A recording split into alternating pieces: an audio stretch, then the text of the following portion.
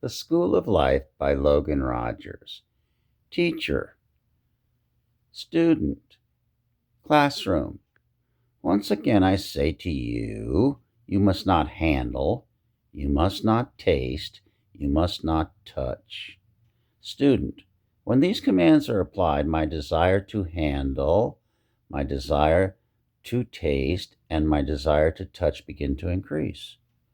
Teacher, since these commands are self-imposed devotions and with self-humiliation, they appear to have an outward expression of wisdom and consequently satisfy the lower nature. The power of sin is in the law, and when the command is applied, sin will appear surprisingly sinful. Student, if the command is holy, right, and good, then how must we live? Teacher, the law can press its claim over a man only so long as he lives. Sinful passion is aroused by the law, and this leads to death. Life comes after we have been freed from this relationship to the law. No longer married to the law, which leads to death, we are married to another, to him who was raised from the dead.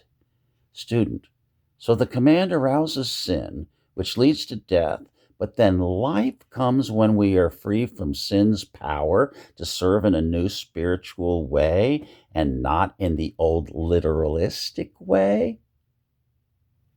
Teacher, exactly. It is for freedom Christ has set you free. So then do not submit again to this yoke of slavery. Student, shall I not do what the command tells me to do? Teacher, all things are permissible, son, but not all things are profitable. The law is good, but if applied externally, it only brings death. Then how shall it work within? Student says. Teacher, realize that the law has been put in your mind, and it has also been written on your heart. Student, evil desires there because I have been told by the command not to have an evil desire? In the same way, fruit is produced because of the inward law that operates from within. Teacher, precisely. This is the truth that will set you free.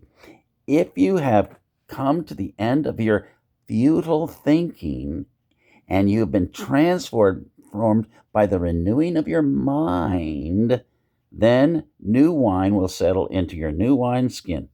Then I can rest from all my work.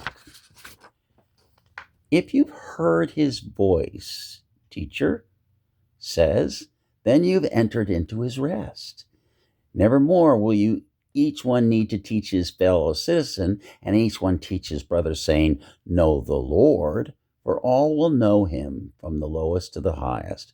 For he will be merciful in your deeds of wrong, and never, never any more will he recall your sins.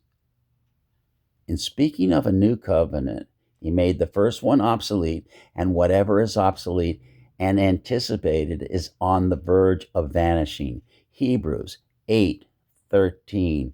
Good morning, everybody. Bye-bye.